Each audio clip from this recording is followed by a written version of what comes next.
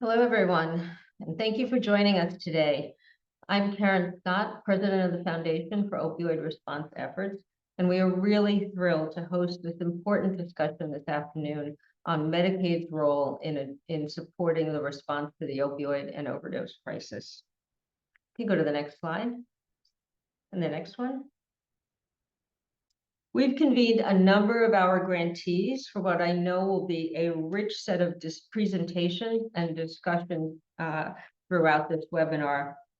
We also aimed to create an agenda where we really are able to speak about the breadth of the ways in which the Medicaid program supports the response to the opioid crisis, certainly in terms of treatment, supporting access to treatment, but also in terms of prevention programs and supporting recovery services, and particularly focusing on those at highest risk of overdose mortality and morbidity.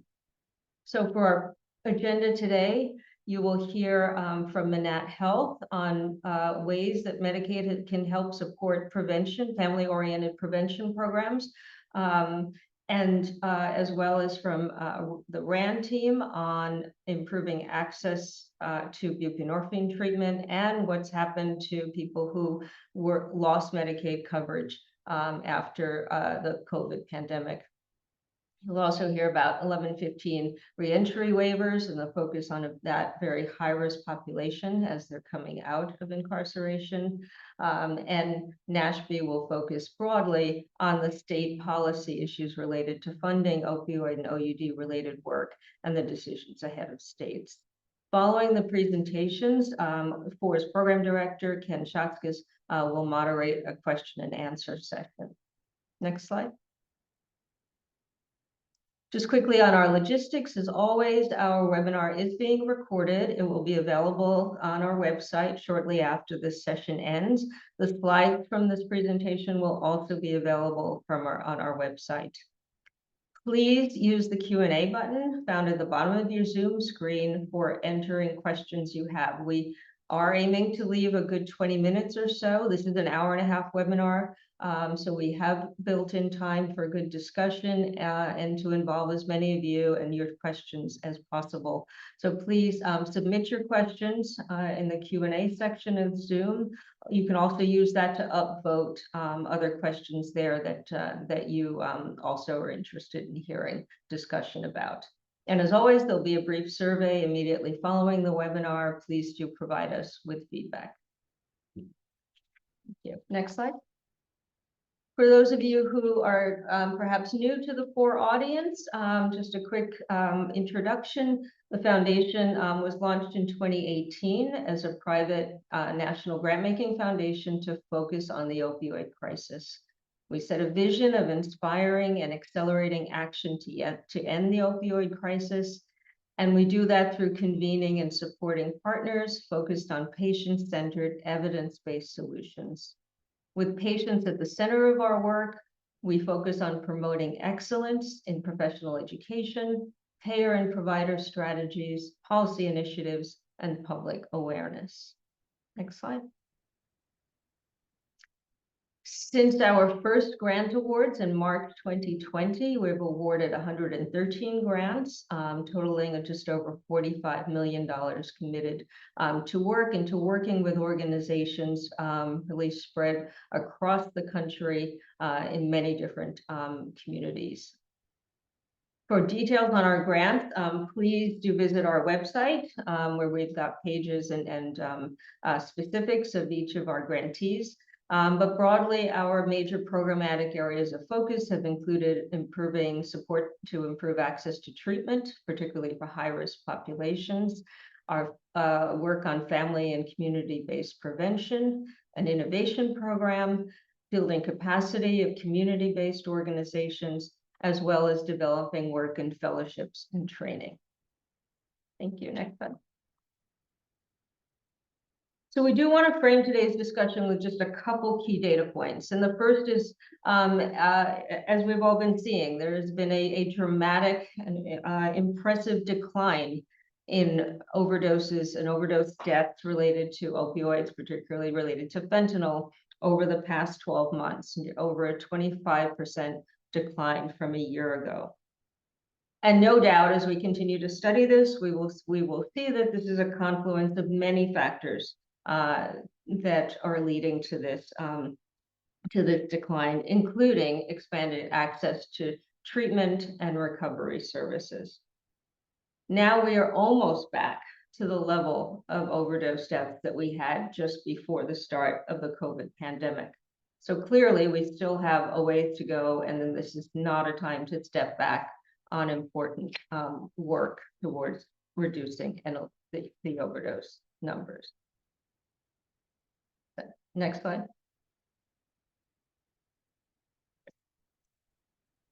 And the other data point that really frames today's discussion is that we know that Medicaid has become the largest payer of OUD treatment in the US. Over 40% of adults under 65 accessing treatment are covered by Medicaid. This is well documented in a Brookings brief by Dr. Richard Frank, which came out recently. And Richard summarized in there the increase in Medicaid spending for treatment for opioid use disorder as the number of people with opioid use disorder has increased over the past decade. Nearly $23 billion in 2019, and he estimated up to $29 billion in 2023. Similarly, in that brief, 2021 data showed that over half, just under half of ED visits related to opioid use disorder were covered by Medicaid. So certainly the signals for us that any significant changes to the program are going to risk treatment access for significant numbers of patients with opioid use disorders in the tens and thousands of people. Next slide. At FOR, we've recognized the role of Medicaid throughout our grants programming. And while you're about to hear from some of our grantees, a full list of resources related to our grants and our publications that include Medicaid as a focus is available and will be placed in the chat, along with a brief summary of what some of the key concerns related to the current Medicaid policy discussions are. Those resources, again, will be posted in the chat and also available on our website. Next slide. So now I'm pleased to introduce our panel for today. Jocelyn, Senior Managing Director at Manat Health, will lead off. Dr. Bradley Stein, Director of Opioid Policy Tools and Information Center at RAND. Gabrielle, Vice President of Health and Justice Policy at Legal Action Center. And Katie, Director of Public Health at National Academy for State Health Policy. Again, following all the presentations, Dr. Ken Chatzkis will join, our program director, will join to moderate the questions and discussions. Please do put questions into the Q&A box throughout the presentations. And now I'm happy to turn this over to Jocelyn. Thank you. Great. Thank you so much, Karen. Let's go ahead to the first slide. So I'm going to do a little bit of a roller coaster presentation today. My primary job is to give you a sense of the role that Medicaid can play in funding just a range of incredible, innovative, preventive, family-based initiatives that are key to breaking the intergenerational transmission of trauma and substance use. And there's a ton that Medicaid is doing in this space, even more it could be doing. But I felt a little silly heading down that path without saying just a little bit about what Dr. Scott raised at the beginning, which is obviously Medicaid and reductions in Medicaid spending are in the news. So I'll spend a minute on the kind of what those might mean, and then really get into the substance of what Medicaid is doing and where it could be doing more. So, but I feel like it's important to acknowledge up front, we are looking at significant Medicaid cuts. And in that context, key to remember and lift up that Medicaid is the largest source of coverage and funding for substance use treatment for children and families in particular, which is going to be my focus today. Medicaid and the Children's Health Insurance Program, which we'll be talking about in this section, cover close to 42 million children. In many states, it's half of all children in the state. So as we're thinking about supporting prevention for families and breaking that intergenerational transmission, Medicaid is front and center in that effort.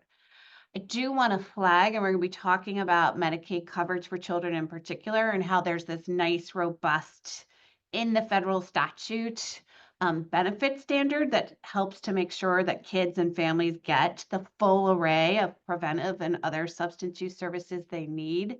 I do want to say that set of protections and rules have not been a focus of the cuts that we've heard about, and so some good news there. At the same time, given the magnitude of cuts under consideration, it will be tough to emerge if those cuts are held without a ripple effect and a spillover effect on kids and families. So just want to acknowledge that as we move into this conversation. Okay, so that was like the downslope. So now let's do the better news piece of things. We can go to the next slide. So what I'm going to do is give you a sense of Medicaid's role and then talk a little bit about some of the really exciting opportunities for Medicaid to support these innovative programs. So just the basic refresher, Medicaid is set up by Title 19 of the Social Security Act. Under it, the federal government and the states work together to finance the program. States have tremendous control over who they cover within some federal parameters. And the federal parameters are particularly robust with respect to kids, reflecting that Congress generally wants to make sure Medicaid is covering kids and families to some extent. And so states must cover children and pregnant women in their Medicaid programs up to defined levels determined by Congress, and then they get to go further, and a lot of states go further and cover more kids and pregnant women and parents than minimally required. That coverage is continuous for 12 months as a result of recent statutory changes adopted on a bipartisan basis for kids. So strong support there. And then there's been expansions in Medicaid coverage for pregnancy and pregnancy-related services.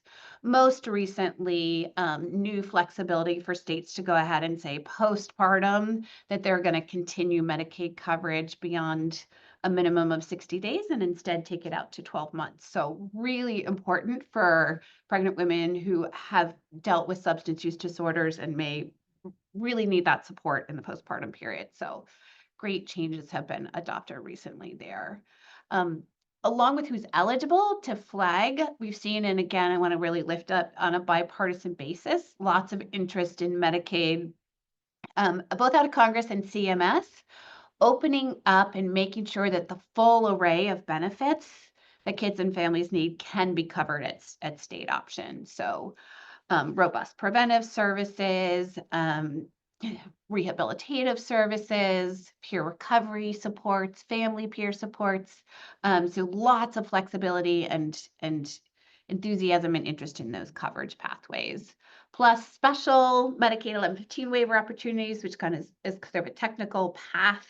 But the bottom line of it is it gives states flexibility to cover some of those health-related social needs, and I think we're going to be hearing more about kind of the current status of that in the Trump 2 administration from some other folks. So we've seen in response states using Medicaid to widen who they're having work with families and young people, including those peers, including community health workers and other folks. So lots of opportunity here. Let's go to the next slide. Okay, so to get a little bit more technical as we think about the role Medicaid can play for programs that are working with families, it goes back to that broad flexibility that states have under the current structure where they can use different services. They have the flexibility to cover preventive services. They can cover services provided through federally qualified health centers. They can cover services under something known as the rehabilitative option, which is a nice, big, wide open category that lets them cover community health workers and peer supports. So some of those services are mandated. Back to that, the federal government and the state kind of work together and federal parameters with state flexibility. And so super obviously, like if you have a Medicaid program, you got to cover hospital services for folks. So some mandatory services and then lots of flexibility, which we'll be talking about because it's often those options and flexibility that have become really important for some of the innovative programs that we'll be talking about today. Okay, let's go ahead to the next slide. Okay. So I mentioned at the top that for children in particular, there's very robust standards in the federal Medicaid law for the benefits that need to be covered for kids. The technical term for this standard is EPSDT, which is a benefit standard that requires an early look at assessing and finding problems for kids, periodically checking children's health at age-appropriate intervals. So that's that well-being, well-child visit schedule. States need to cover all of that to make sure they're doing these periodic checks. They need to be screening kids across physical concerns, mental health concerns, developmental concerns, dental issues, hearing, vision. It's a very robust screening expectation, performing diagnostic tests to follow up when a risk is identified. And then, probably most importantly, my favorite letter in EPSDT is the treatment. So if you turn something up for a kid under EPSDT, states must cover the treatment to the extent it's medically necessary and something that could be covered in the Medicaid program. So it's a nice, strong basis for covering many of the services we'll be talking about. Okay, and then back to just want to like pull that thread through. We have not seen any conversation about changing the EPSDT benefit in the congressional cuts. While there may be spillover effects of those cuts on kids, we haven't seen a direct conversation about EPSDT. Okay, let's go to the next slide. So our charge with the work we got to do with FOR was to take a look at these amazing grantees that FOR has, who have been jumping in and doing preventive work for families where there's multiple risk of or actual experience with the intergenerational transmission of trauma and substance use. You can see the list of folks on the slide, and I'm going to talk about at least one in particular a little bit later to give you a better feel for it.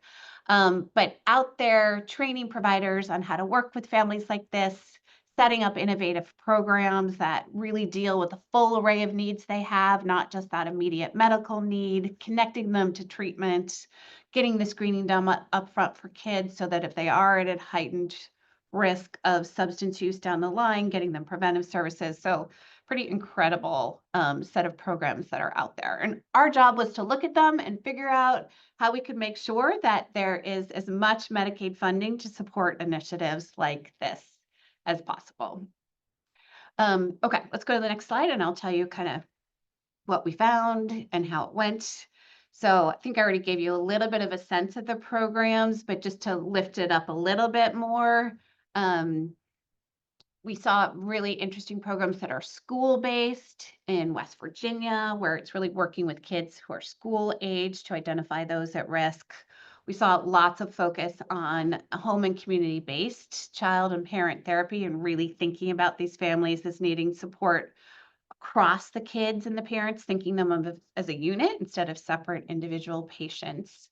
And then very much rooting all of this in an understanding of trauma and what it means for people living with trauma in terms of what works in terms of providing them with services. Okay, next slide. So here's the good news. So this is on my part of the roller coaster that's like, good news, good news. As we broke apart what each of these programs were doing, Medicaid has an incredibly important role to play. It can finance and support many of the key activities. And so what you see on this slide is we kind of broke down what folks were doing and then found those Medicaid sustainability pathways for them. And so I'll just give you a few examples from this. One thing that folks do in these initiatives often is that basic screening of kids. How many adverse childhood experiences have you had? Knowing that that often is an indicator of a risk for, in fact, an array of physical health problems, as well as behavioral health, including substance use problems. So there's ways to cover that through Medicaid under the preventive services benefit. Medications for opioid use disorder, obviously a key feature of what Medicaid covers for folks. Also, some of the family-specific therapies, so parent-child interaction therapy that really work for that unit, covered, in fact, a couple different ways to do that. So as you go down, you can see that good news here in terms of what Medicaid can potentially cover. Okay, let's go to the next one. And so just to give you a little bit more of a flavor, I wanted to talk a little bit about Team Lily, which is a good representative project and also is a project that has successfully gotten Medicaid to cover a significant share of what they do, not all of it, still some gaps. But just to give you a little bit more of a feel. So Team Lily started, I think when some clinicians found that they were doing deliveries for pregnant women who had substance use, who had not had a drop of preventive care. They were not getting connected to prenatal services and support. And then very often they were immediately having to relinquish custody of their kids. So they jumped in and figured out how to do a combination of enhanced care management, substance use treatment, OB/GYN care, preventive prenatal care, mental health treatment, and then wrapped around it connections to basic supports like housing and food, and have had just incredible outcomes and results. And you can see by the way we structured it here, have been able to connect to Medicaid to pick up and cover a significant share of those costs. Okay, let's go to the next slide. Okay. So back again, a little bit on the roller coaster. So good news, lots of opportunity. And as we worked with the grantees, clear that it's not like, oh, I'm just going to flip a switch and I'm in Medicaid and it's all great and all my financing is resolved. Definitely the case that providers of these services need to figure out first how to do that mapping and make sure they can get their services covered through Medicaid. Figure out whether or not they're qualifying providers under a state's Medicaid program, figure out how to sign up for Medicaid, make sure that the rates that they're getting paid through Medicaid are appropriate and cover their costs, work through managed care. So I don't want to make it seem like it's a magic bullet, but do want to feel the excitement and the importance of Medicaid as a key source of sustainable financing for these critical, innovative preventive services programs. Okay, last slide just to wrap it up for folks before I turn it over. So hopefully the messages you'll take away are Medicaid is a key tool for sustainable financing for many multi-generational prevention and treatment programs. Lots of opportunity here. It's some work, not, as I said, not that magic bullet. And at the end of the day, some costs will remain uncovered, but a huge step forward and a huge opportunity here for Medicaid to step in and play this role in these important multi-generational programs. Okay, thank you so much. I'm going to now turn it over to, and go to the next slide, Dr. Bradley Stein, who is going to talk to you about buprenorphine in the early months after Medicaid unwinding. Jocelyn, thank you very much. Can do. Are you guys turning on my video or am I? Go ahead. Go ahead and turn it on.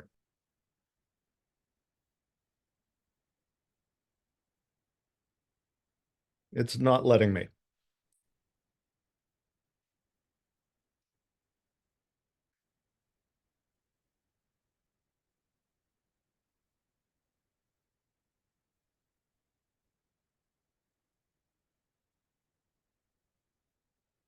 It should be good. All right. I think we are good. Anyway, Jocelyn, thank you so much.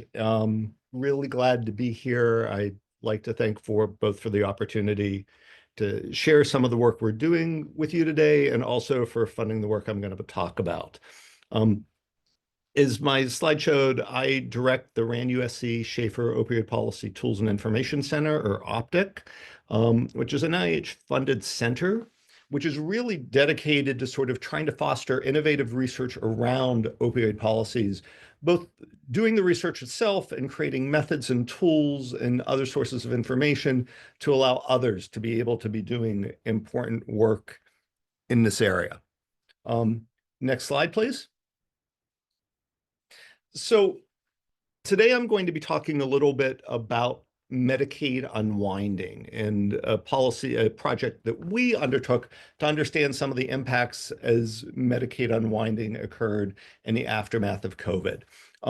Again, to set the stage, and this is similar to what you've already heard, Medicaid covers a substantial amount of treatment for substance use disorder and opioid use disorder in this country. Approximately 40% of all treatment for opioid disorder is paid for by Medicaid.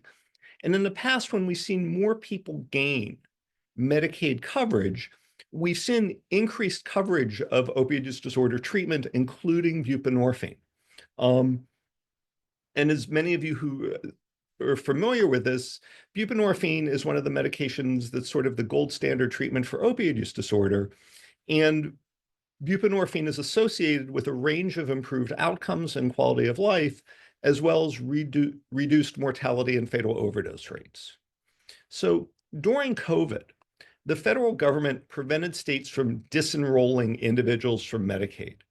And so during that period, what we saw was a substantial increase in the number of Medicaid enrollees as people could not be disenrolled, and increasing numbers of Medicaid enrollees receiving care for opioid use disorder. This likely supported buprenorphine treatment during the early stages of the COVID pandemic. As many of you are familiar, we saw a substantial drop in the delivery of many types of healthcare during 2020 and into 2021 before it recovered. Even as we moved to telehealth, buprenorphine treatments rate were relatively stable during that period. And one of the reasons why we believe is because of this lack of disenrollment of individuals from Medicaid, so more people continued to have insurance to be able to receive that care. Next slide, please. However, the continuous enrollment provision of the federal government ended in March 31st, 2023. And so as of that date, states began the process of disenrolling individuals from Medicaid, what is commonly referred to as Medicaid unwinding. And so while there was a lot of concern about how this might affect individuals' access to opioid use disorder treatment and buprenorphine treatment, there really had not been much research done in that area. So we were supported by FOR to sort of dig into this issue and begin to understand how this Medicaid unwinding may have affected buprenorphine treatment. And it could affect it in a couple ways, right? It could affect people who would otherwise have been able to start treatment, who weren't able to start treatment. And it also may have meant that individuals who were in treatment and receiving buprenorphine may have ended that treatment under Medicaid because they lost their insurance. So we wanted to dig in and understand not only how unwinding affected Medicaid reimbursed episodes, but how it may have affected buprenorphine treatment overall. Were we seeing sort of compensatory treatment occurring for individuals in commercial insurance, or maybe out-of-pocket care? So next slide, please. So to better understand this issue, what did we do? Well, at a high level, we identified buprenorphine prescriptions nationally in the period 2021 to 2023 using IQVIA data, which captures about 92% of all prescriptions dispensed at retail pharmacies. We defined buprenorphine episodes so we could sort of say, okay, here's an episode beginning or ending, with the idea that episodes started with the first dispensed buprenorphine prescription after there was a 30-day period in which it didn't appear anyone had buprenorphine. So not only had they not filled a prescription, but if they had filled a prior prescription, there was a 30-day gap. Similarly, an episode ended when the last day's supply of a buprenorphine prescription ran out and there wasn't a new fill for 30 days. And so this is how we identified sort of whether episodes began and ended. To identify the payer, we basically looked at who was the primary payer. For new episodes, we looked at the first prescription. For ending episodes, we looked at the last prescription. We thought that unwinding would affect this, but that we might see differences based on the magnitude of unwinding in the states. So to determine when states unwinding began, we used information from the Kaiser Family Foundation, and we used the amount of Medicaid enrollees in the state population from other data sources to determine what percentage of the state population was covered by Medicaid. Next slide, please. So essentially what we did is we created kind of the state Medicaid enrollment rate defined as the monthly share of the population enrolled in Medicaid over the entire state. And we calculate for each month from before unwinding began to the end of our data period. And then we sort of ranked these into three groups: those groups who had the greatest unwinding, groups of states that had moderate unwinding, and groups of states who had the least unwinding. We then, for each month in that period, calculated the number of buprenorphine episodes that started in that month and the number that ended in that month. And then to determine the change related to unwinding, we calculated sort of the number of buprenorphine episodes, both starting and ending, in the 6 months before the state began unwinding, with the 6 months after that unwinding began. And so we then looked at this both overall and then by the states in our greatest unwinding, moderate unwinding, least unwinding group. Next slide, please. So to give you some sense of Medicaid unwinding and how there might be regional variation, as you can see in this slide, there really were some sort of regional patterns with unwinding, with the greatest unwinding occurring in sort of the Pacific Northwest and also the South and Southwest. And similarly, you can see areas where unwinding was not as great. Oregon began unwinding particularly late, so we excluded them from this analysis because we didn't feel we had sufficient time after unwinding to really determine the effects of unwinding there. Next slide. So overall, what did we see in our data? Well, first of all, if you look at on the right, you can see that during the period we looked at, of the 3.6 million buprenorphine treatment episodes across about over 2 million individuals, Medicaid continues to be the greatest, most common payer of episodes. And this was true of both starting episodes and ending episodes, with commercial insurance coming next. To give you some sense of distribution across states, about 41% of the buprenorphine episodes were in states with moderate unwinding, slightly less than a third were in states with least unwinding, and the remainder were in those states that had the greatest unwinding. Next slide. So as this slide shows, on the left, you see among Medicaid episodes overall, in the 6 months after a state began unwinding, we saw about 3% more episodes ending in Medicaid than in the 6 months before unwinding. And as you can see here, though, the impact was greatest in the states with the most unwinding. In those states, the increase in episodes ending after unwinding compared to before was over 5%. When we then look sort of at all payers, including Medicaid and everything else, we see after states began unwinding that even overall, we see a decrease in the amount of buprenorphine episodes ending, or we see an increase in the amount of episodes ending. And again, you see a significant increase. The amount of episodes ending in states with greatest unwinding was much more than in states with moderate unwinding, and it was more than in states with the least unwinding. So this is for episodes ending. Next slide. When we look at sort of what happens with episodes starting, again, on the left, we're looking at Medicaid. And what we see here is that overall among Medicaid in the 6 months after unwinding, as compared to before unwinding, here we see a decrease of about 2.5% of episodes beginning compared to the 6 months before unwinding. Similar to what we saw in terms of episodes ending, when we look at episodes beginning, we see the greatest impact and the greatest decrease in new episodes in the states with the most unwinding, with a lesser impact, but still an impact in the states with moderate and least unwinding. Now, when we turn to sort of all payers, the pattern is a little bit different.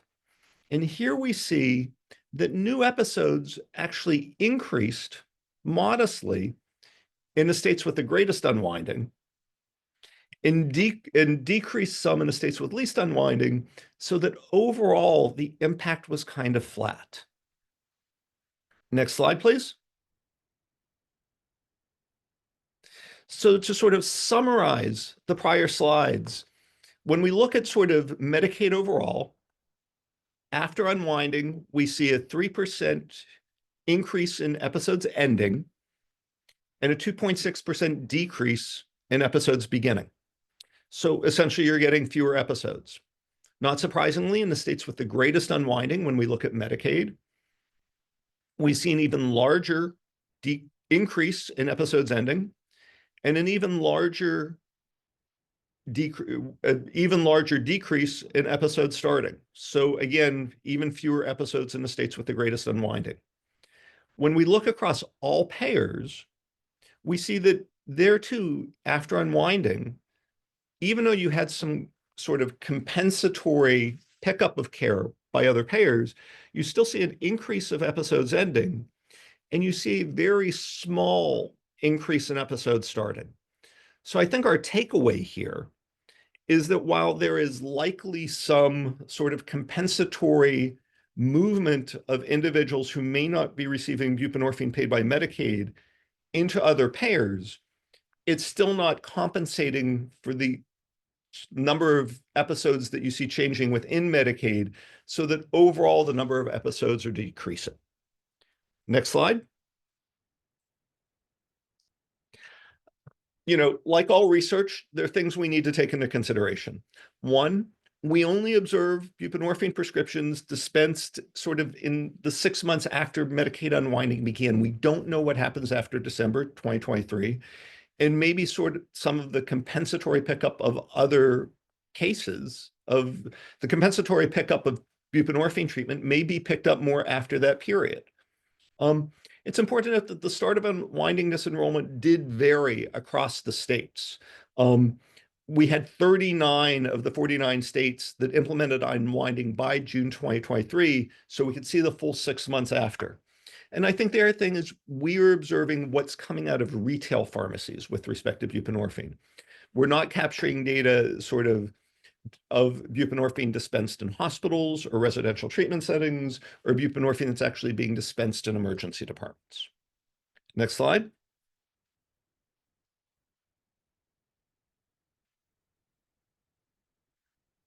Despite these limitations, I still think this helps us sort of understand and consider the role that Medicaid plays in the treatment of buprenorphine, and at least what we saw when individuals lost Medicaid coverage under buprenorphine. First, Medicaid, even with these changes, continues to be the primary payer for buprenorphine treatment of opioid use disorder. When states started disenrolling individuals, we saw it was clearly associated with more episodes ending and fewer buprenorphine treatment episodes starting. And the impact of that was greatest in the states with the highest rates of disenrollment. As I alluded to, the change in buprenorphine episodes appears not to be fully compensated by changes among other payers. There's an overall increase in episodes ending and just a negligible increase in new episodes. So I think as we're understanding the importance of Medicaid and how Medicaid may change the treatment landscape for opioid use disorder, this is one of the first studies that helps to shed the light of what may have been the impact of changes in Medicaid enrollment policies due to getting rid of the continuous enrollment policy. Next slide. Thank you very much. I see some questions popped up, and I'm more than happy to answer later. But right now, I'd like to hand it over to Gab from the Legal Action Center to pick up and talk more about disrupting cycles of chronic illness and incarceration with Medicaid. Great. Thank you so much, Brad. It's wonderful to be here with all of you today. I appreciate people taking time out of their busy days to focus on Medicaid and the importance for all the people we're talking about. Thanks very much to the Ford Foundation for bringing us here today.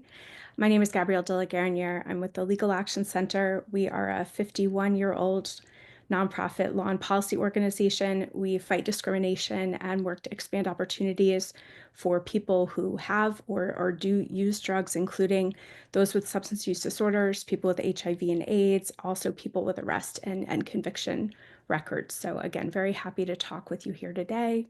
Next slide, please.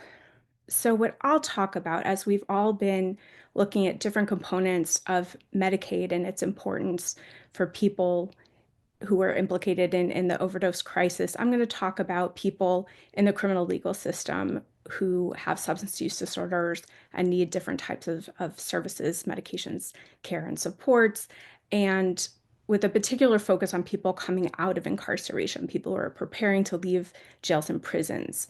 And so that's what I will talk about today. We'll talk a little bit about what we've learned, what we're seeing around the country as states and localities are really looking to leverage the Medicaid program to improve coverage and access to care for people, again, who are coming home from incarceration, including people with substance use disorders. Next slide, please. Next slide, please. Excuse me. So what we'll talk about, what do we really know here? We know that people who are incarcerated have significant co-occurring chronic health conditions that have not been appropriately addressed, including substance use disorders. And we know that when people do become incarcerated, they become more ill and often come home, again, more ill with a whole host of unaddressed health conditions. We know that people behind the walls do not have access to quality health interventions, and that's for a lot of different reasons, including lack of resources. As I'm sure many of you know, under federal law, Medicaid has an inmate exclusion provision that has prevented federal Medicaid dollars from financing care for people who are incarcerated. There is one narrow exception for people who are sick enough to go into the community for hospitalization. But other than that, Medicaid has not to this point been able to finance any kind of care for people behind the walls. That's also led to people being disconnected from their coverage, even though they're still eligible for Medicaid, the payment just couldn't happen.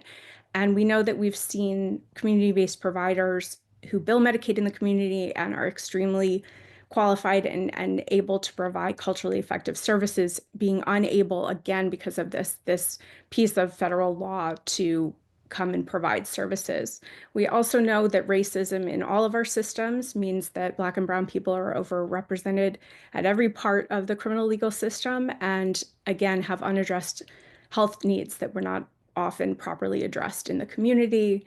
And as we also know that in addition to people's health outcomes being worse as people leave incarceration, we know that there is impact as people have unaddressed substance use disorders, and mental health care needs, and that we see this cycle of arrest and rearrest and reincarceration.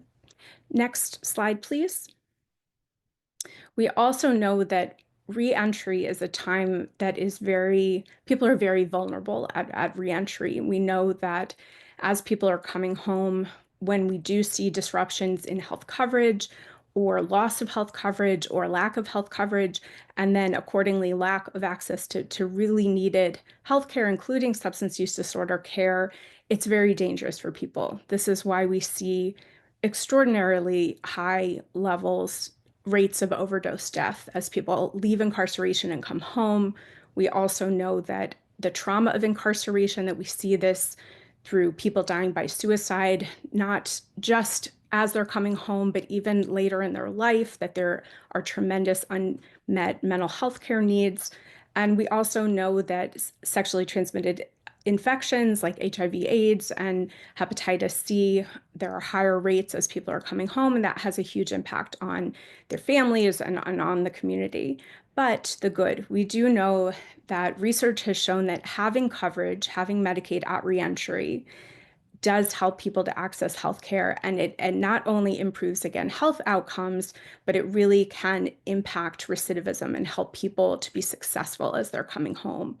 And lastly, here we know that when Medicaid eligibility was expanded through the Affordable Care Act, to people up to 138% of the federal poverty level. So we're only looking at income, removing the previous restrictions for people to access Medicaid. They had to either be parenting or disabled or be an older person. Removing those restrictions and just looking at income, we know now that most incarcerated people are eligible for Medicaid, which again is a critical source of healthcare access.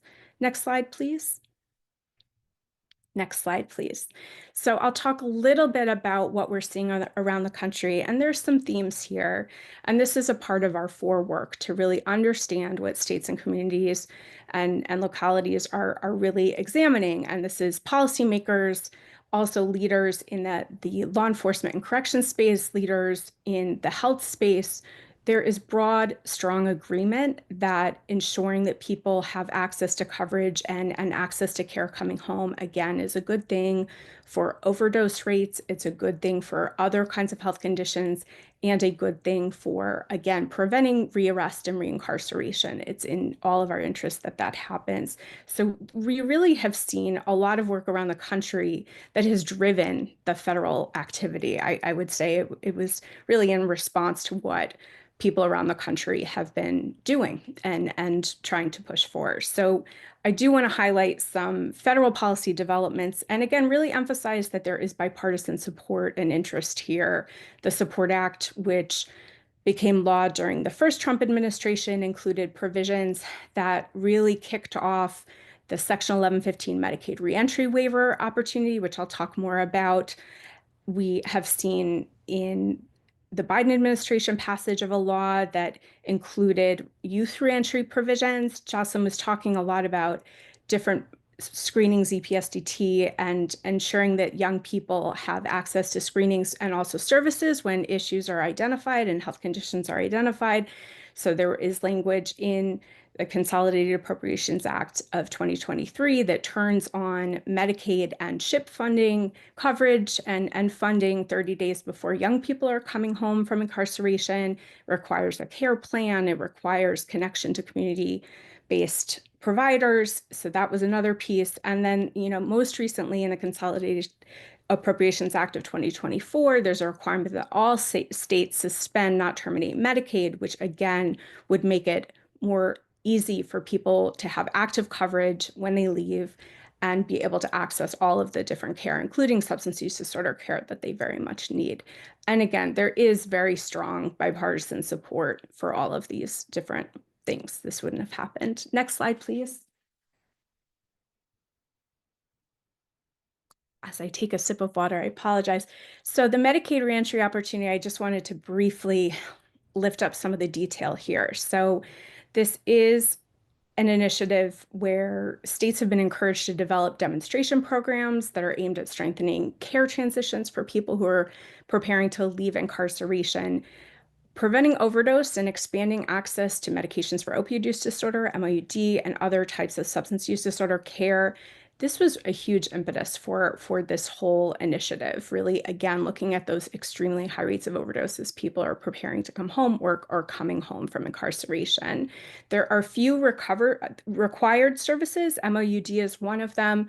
30 days of medications post-release is another, and case management services, which I'll just highlight here, could potentially be a really important opportunity for people with different types of lived experience to provide those services and support people as they are coming home. And this really, for the first time, allows, as I mentioned before, it allows federal Medicaid dollars to finance certain types of transitional care up to 90 days before release.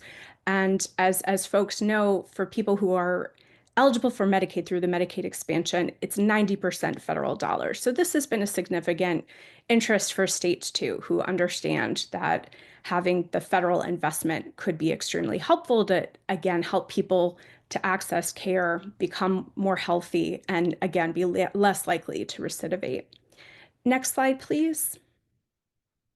So what are we seeing in terms of activity on these Medicaid reentry waivers? So as you see here, and this is from a tool that we developed with For Support, which we very much appreciate, and we can maybe put a link to this tool in the chat later.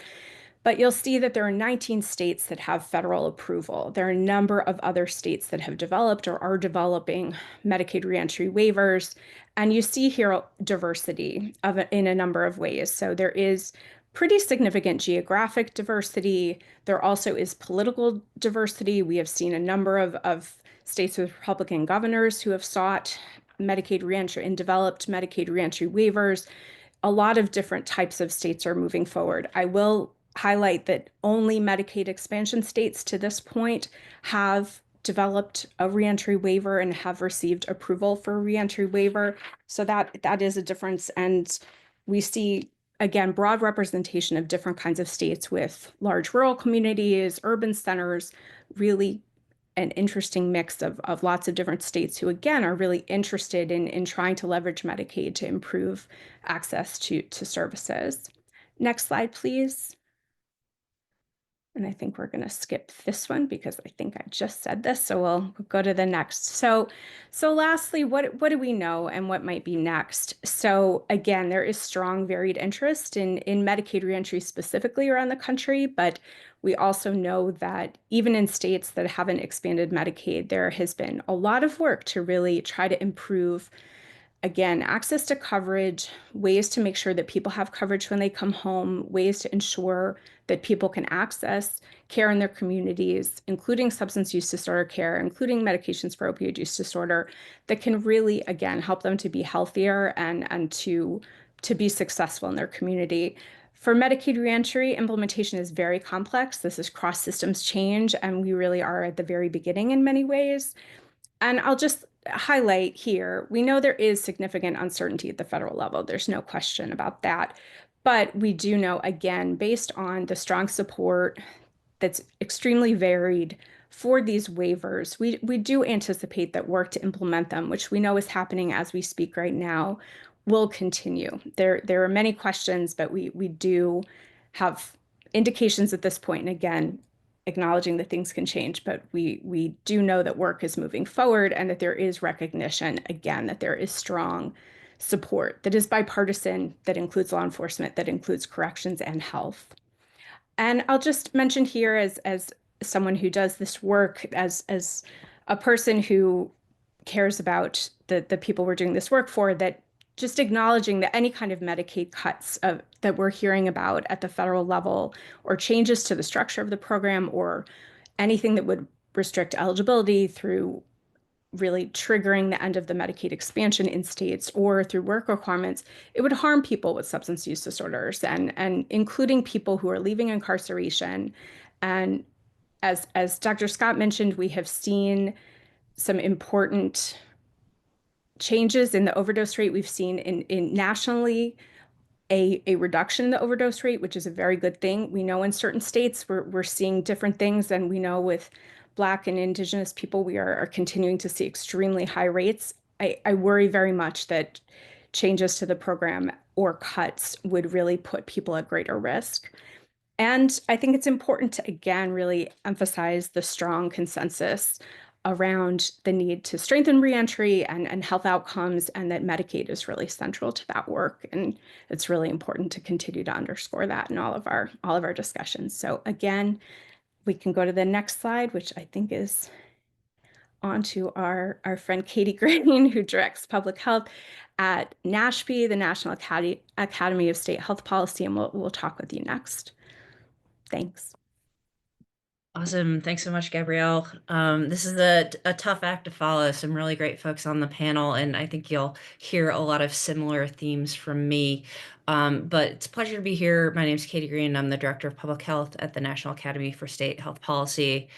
FOR's really been a longtime partner in NASHP's work to support state leaders in strengthening state prevention, treatment, recovery, and harm reduction systems. And I'm really pleased to be here to share a little bit about the broader state health policy landscape on substance use and how states are thinking about confronting some of these ongoing challenges, particularly in the Medicaid space. We can go to the next slide. First, real quick, just for those of you that aren't familiar with NASHP, NASHP is a nonprofit, nonpartisan state health policy organization. We strive to be, as we say, of, by, and for the states. And we work with state leaders from across the country in the legislative and executive branches to promote policies that promote and sustain healthy people in communities across all states. Across NASHB, our work is informed by an academy of over 8 cross-agency state leaders from 46 states. Next slide. Responding to evolving challenges that state leaders confront is really at the heart of what we do, and our work on opioid issues is informed by a steering committee, state learning networks, and really ongoing dialogue with states that are working to enhance and strengthen their SUD systems of care. In terms of how we actually do this work, NASHB provides support to state leaders by tracking state policies and innovations, facilitating forums for state-to-state exchange and problem solving, including our State Opioid Settlement Learning Action Network, which brings together state-level administrators from across the country to share and learn from each other. We identify best practices and develop resources for state leaders, and lastly, just provide technical assistance and support states in helping implement their goals. Next slide. While much of the work that I'm talking about today has really focused on providing support to state leaders on substance use issues, NASHB really works with a variety of state policymakers on the full scope of health issues facing states. And one thing I think is really important to note is that these conversations aren't occurring in a vacuum, but in the context of really multiple concurrent challenges and priorities at the state level. States are doing the work of confronting a substance use crisis that continues to evolve, but doing so amidst capacity challenges in the behavioral health workforce and the larger healthcare workforce more broadly. There has also been so much action over the last few years, especially within Medicaid programs, on addressing intersecting challenges related to behavioral health integration, the maternal health crisis, as well as expanding opportunities to address housing and other social needs that we know have a direct impact on health and recovery outcomes. These are all complicated and complex systems, and a big part of the challenges that we think about every day is how to align and coordinate across health and human service systems and partners to use these resources efficiently. I'll get to more of this in a bit, but budget-wise, we have states that are confronting shortfalls this legislative session, both in their overall budgets as well as state Medicaid programs, largely due to pandemic funding sunsetting and decreased state revenue. States are certainly in different places right now with regard to their budgets. But it's fair to say that we're operating with a level of uncertainty about changes at the federal level, which I know we're talking about a lot today. This makes planning really challenging in the present, although I'll say that states are continuing to do the work on these priorities that we're talking about today, and I'll circle back to some of those future considerations at the end of the presentation. Next slide. Lastly, I know we've touched on this a few times already, but would be remiss if I didn't mention the really remarkable reduction that we've seen in overdose nationwide. As Karen mentioned, parsing the causation out is tricky, but two things that we can say for sure. One is a 24% drop in overdose deaths nationwide is significant, but we know that these improvements haven't been uniform across geographies, racial and ethnic groups, or socioeconomic status. And we know that there are communities where overdose rates continue to go up. Second, we're still seeing 87,000 preventable deaths per year in 2024, and now is really not the time to take our foot off the gas when we've made so much progress in strengthening our systems of care for people who are impacted by the crisis. Next slide. So what have these investments in the system of care looked like, and what role does Medicaid play? First, this has been covered a couple times, but Medicaid is the largest payer of SUD, OUD treatment in the US. It covers about 40% of people nationally, and that is larger in states that have expanded Medicaid. There's also been substantial growth in costs related to SUD and mental health over the past several years, really driven by a number of factors that include Medicaid expansion, and you can see on the chart on your right that approximately half of Medicaid beneficiaries receiving OUD services are that expansion population, as well as states opting to cover additional populations and optional services. Next slide. To dive a little bit deeper into how Medicaid is being used to strengthen these systems of care, I want to highlight a couple of key trends, and Jocelyn and others have touched on some of these, and this is a very wordy slide because Medicaid is complicated and there's a lot to cover. But just to draw out a couple things, Jocelyn mentioned the 1115 waivers. At this point, we know 37 states have implemented some sort of 1115 waiver, which allows them to test and pilot approaches for expanding services across levels of care and within community settings.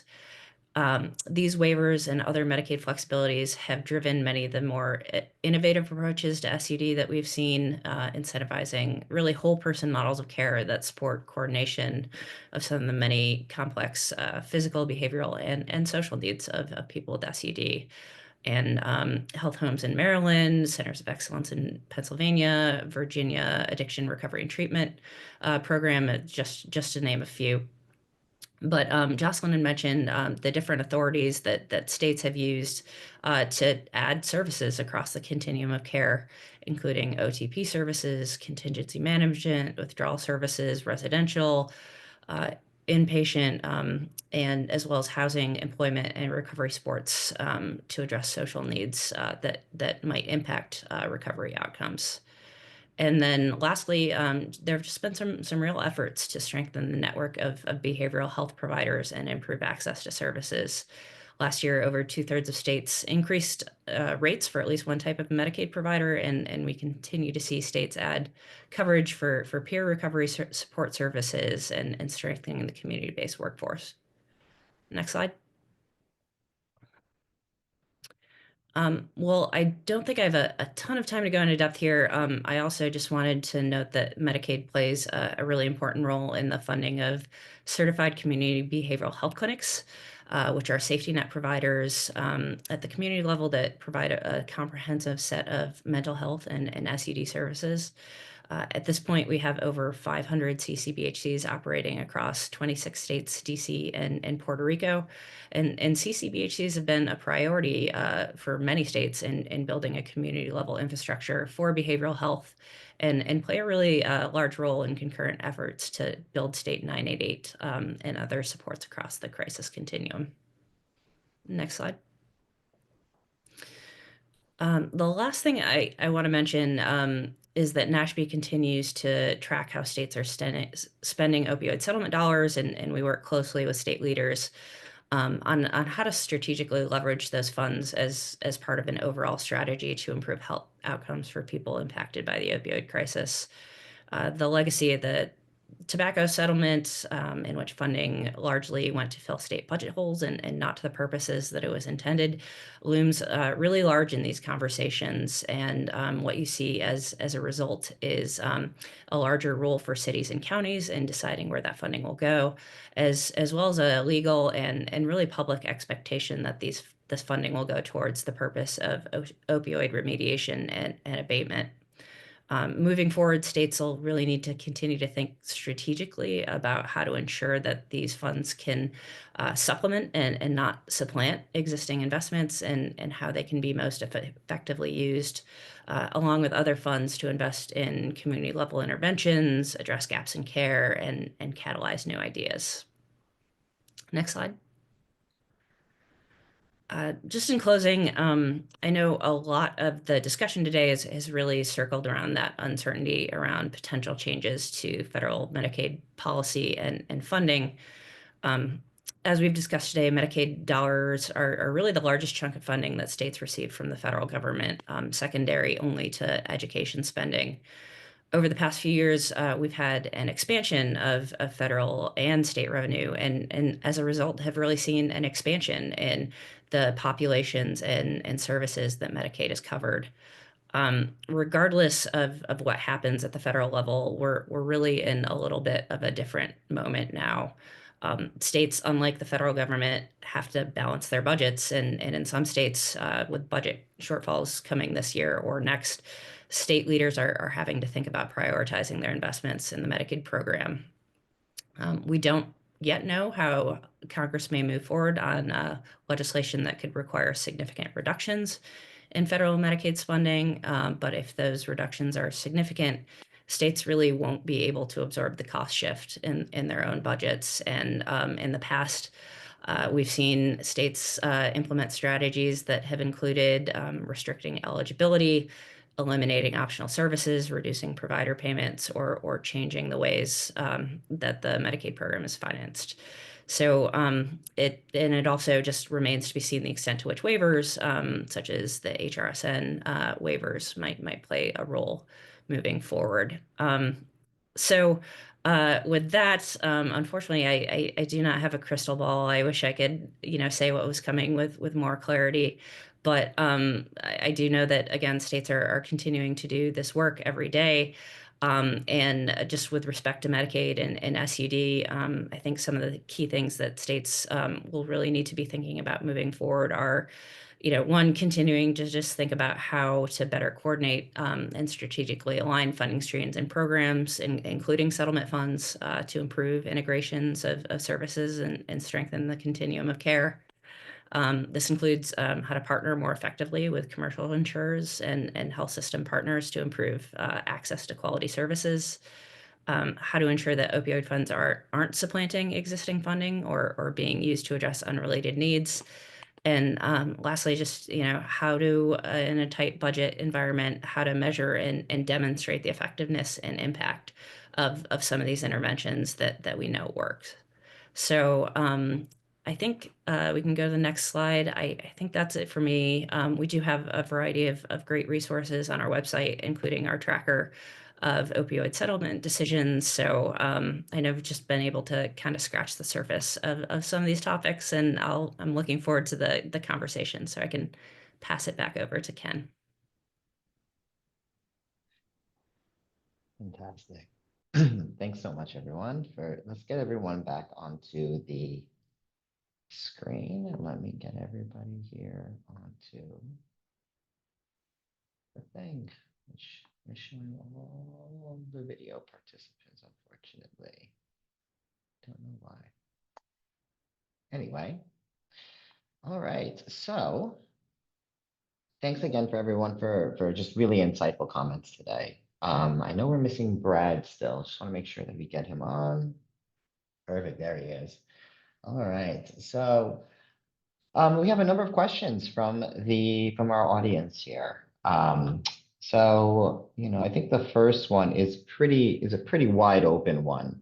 And I think it's more of a pie in the sky kind of question here of, if we had Medicaid the way that we wanted to. But, what role does Medicaid play in integrating behavioral health services with primary care for individuals with OUD? And what are those barriers that are presently there to achieve this seamless care model? And is this achievable, I guess, in the next foreseeable future? So I don't know who wants to take that one per se to start with. Happy to start. I think to continue on my good news train, it is achievable. It absolutely can be done. And there is the flexibility within Medicaid to support integrated care. I will say that to date, it has not been fully deployed. We have far too many states where the delivery systems are totally segmented. We've got physical health services handled by a managed care entity. We've got behavioral health, substance use carved out. Sometimes have substance use and mental health carved out. So we've got 3 systems. So to me, this is more about state policymakers, state delivery reform. And a lot of times it does require some political will because there's different entities that run each of those systems. And that's just the systems level.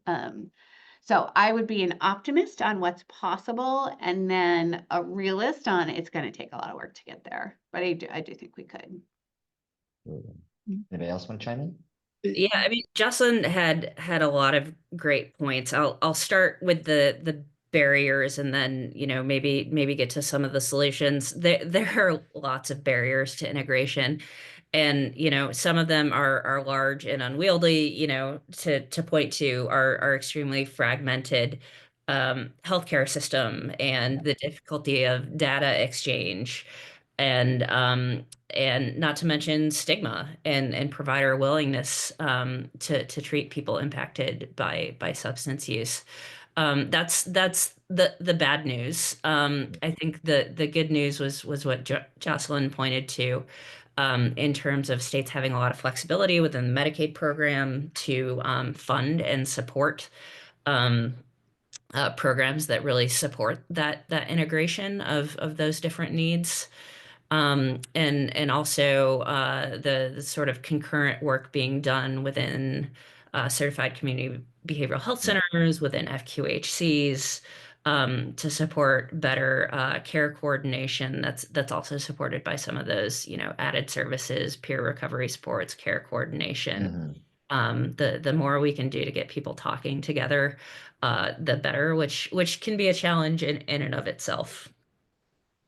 Fantastic. I want to make sure that we have enough time for the other questions. So, but Brad, I got one for you. Particularly, your results, showing the effects of unwinding. We thought that this could be, a real good, harbinger for what could potentially happen if there are cuts to Medicaid. And I'm curious, as we went through the project, we discussed, that states, and you mentioned it quickly, they may have implemented other things that may have mitigated the effects of the unwinding. Can you talk a little bit about some of the things that you found states to have done to attempt to mitigate the effects of unwinding, and any recommendations potentially of things that worked out better than not? So I think that's one of the things, Ken, that we're starting to dig into now. But I do think I would think of this as sort of peeling an onion, and this is our first understanding of what we saw. And I think states could take a variety of different approaches to try to mitigate unwinding. And I will put those into a couple simple boxes. One might be things that they could do within Medicaid in terms of automatic enrollment or other things sort of within the Medicaid machinery to, while there's unwinding, sort of limit the impact of it or try to ensure people either weren't disenrolled or were more easily able to be re-enrolled. The other one is a whole variety of state efforts that may have occurred outside of the Medicaid machinery, where for individuals who lost their Medicaid coverage, there were a variety of things put into place to try to ensure that they continued to get the treatment they needed. And so I think one of the things that we want to do is look after Medicaid unwinding. And again, at the data we have, we can see some of the payers and see to what extent, as people were losing potentially Medicaid coverage and you saw Medicaid stop paying for their buprenorphine, where and how did those individuals go? Did they go to commercial insurance, which to us would suggest that in one way or another they did get jobs? Or did the payments for their buprenorphine move somewhere else, which they may then help us to understand where and how those policies may have helped, and for whom? Were the impacts more for individuals in rural areas versus urban areas, right? There's a variety. It's not just does something matter, but for whom? And I think those are questions that are particularly important, that we know are important. We know they're there. We know states took different steps. We're now in a process of trying to sort of tease that back and understand a little bit more. Well, that's great. Gab, I want to ask you a little bit about the 1115 waivers. We have a question in the Q&A box around, do you have a sense of how much of the incarcerated population will not be able to benefit if Medicaid expansion in a state ends? And I know that, the work that you're doing is looking at both Medicaid expansion states as well as non-Medicaid expansion states. So if you can speak a little bit about opportunities on both of those sides. But also, if you have a sense, we talked a little bit about, okay, so these ones were approved, and there's some pending, but do you have a sense of if any more are going to get approved during this time? Sure. These are all very good questions. So first, on the Medicaid expansion question, as folks probably know, there are a number of states that have trigger laws that if there are changes at the federal level in eligibility for Medicaid, then a number of states, again, the Medicaid expansion would end or would be changed in some way. And we imagine, as Katie said, it would be a huge cost shift to states if they had to absorb a different match, less federal money for folks. And as I mentioned, of all of the waivers that we have seen so far, they are all states that have expanded Medicaid. We haven't seen a single state really move forward, knowing that, again, fewer people would be eligible for Medicaid and would be able to participate in this. The promise of the initiative would really be very harmed if fewer people were eligible for Medicaid and if the expansion of coverage was harmed. So that's kind of one point to make.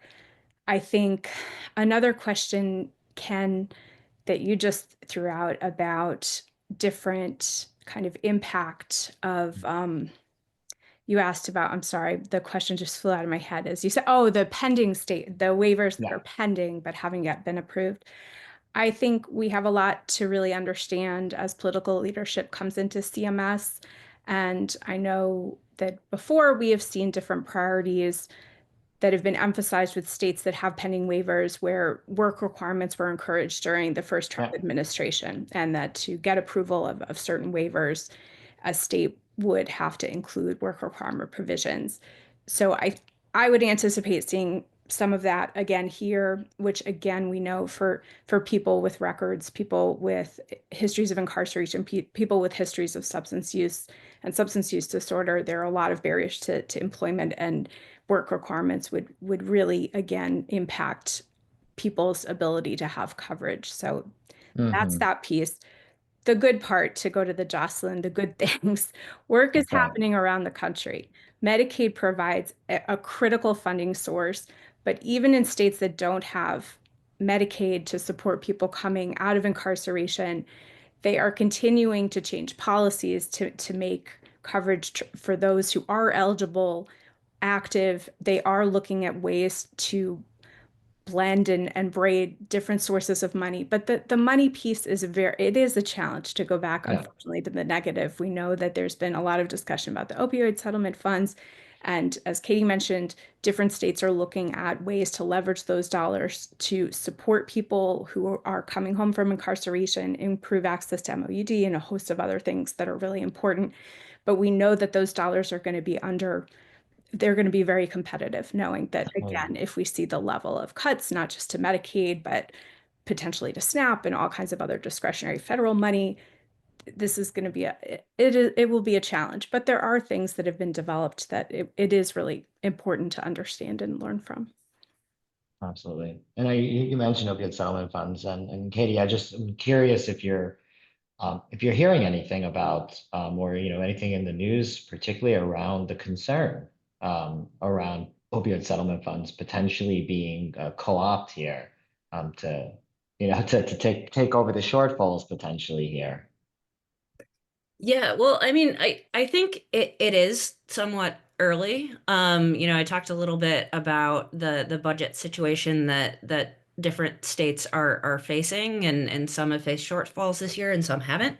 So this has showed up, I think, a little less acutely in the present, but we are seeing some legislation in some states, state budgets in others, where state opioid settlement funding is being identified as a funding source. So I will say that the state administrators that we're working with every day, determining what is an allowable use of funding has been something that's been happening, as they've been distributing funding, and I think there might be increased, as I said, attention or scrutiny, but many states do have systems in place to help set some guardrails and ensure that that funding is spent according to the allowable uses. So, and we got about 10 minutes left, and I want to get one more question in for each of you. So, we have a question in the chat around youth. We know that there's even though there's a decrease in overall overdose deaths, there was a mention that there was an increase. There still is increases for certain populations, such as Black populations, as well as tribal populations, indigenous populations. But one that wasn't mentioned is actually youth populations. We are seeing rises in youth overdoses. And I guess the question in the chat is really more, I guess, around, I guess it was aimed at the unwinding conversation. Did we see any unwinding for youth provisions, let's say, after COVID that Medicaid would cover, or Medicaid programs? Does anyone know that? Dr. Stern, I'm kind of looking at you to see if hoping that some of your data covers that. I mean, just to say at the high level, we know there was a doubling in the overdose rate among young people through 2023 and then a slight dip. And I know that those of you who have looked at the research probably know it's not because young people were changing their utilization or people started using drugs and Yeah. function of the lethality of the drug supply that young people are using.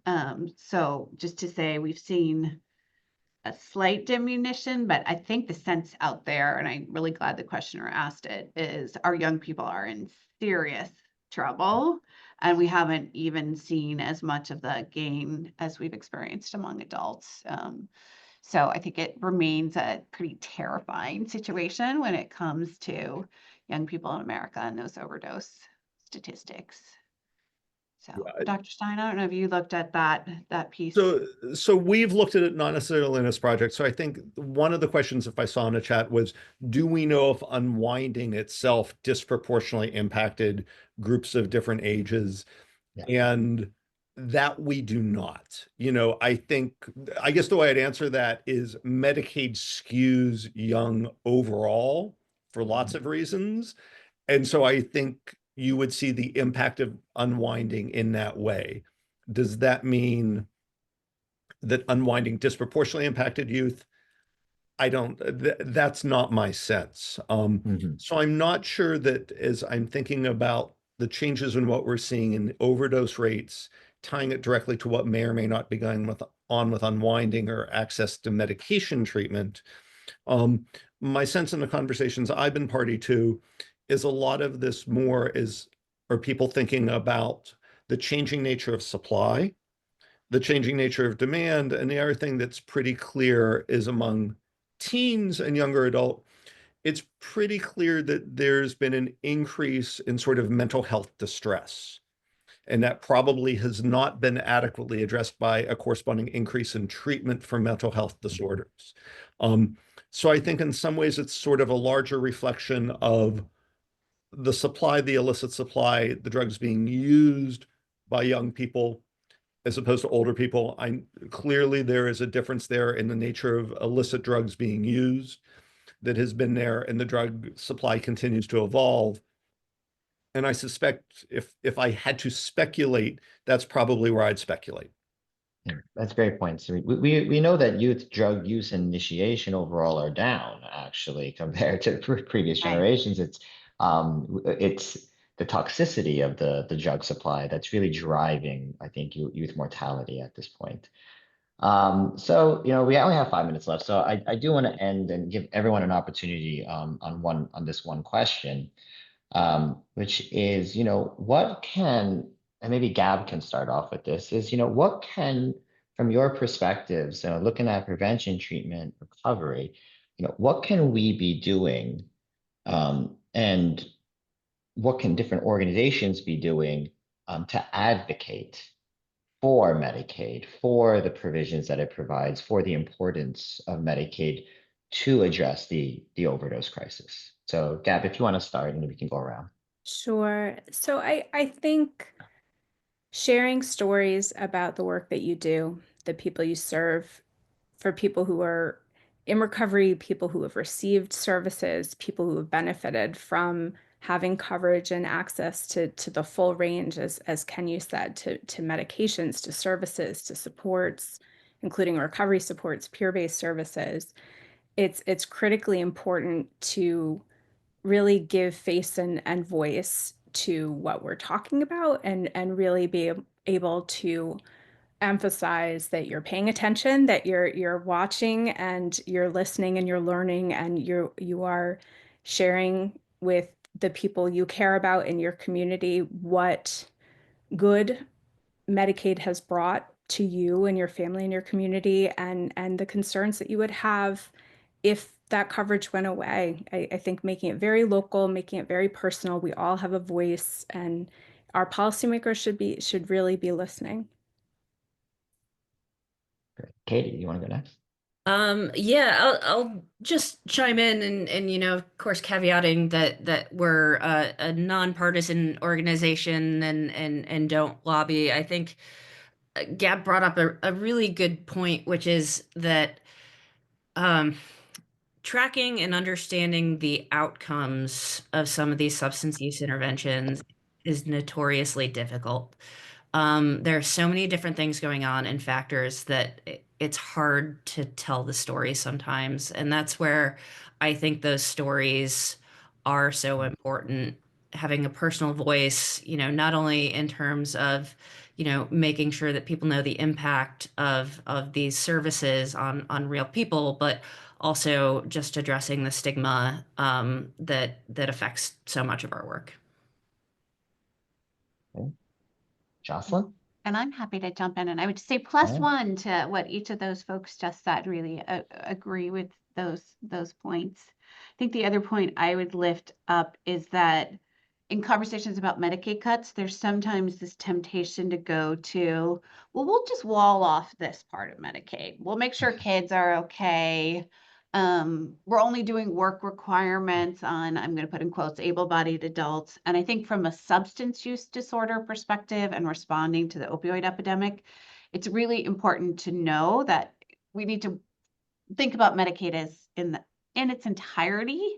Yeah. So just to give a very concrete example, there's sometimes talk about we're going to do work requirements, but not if someone is in a substance use treatment program.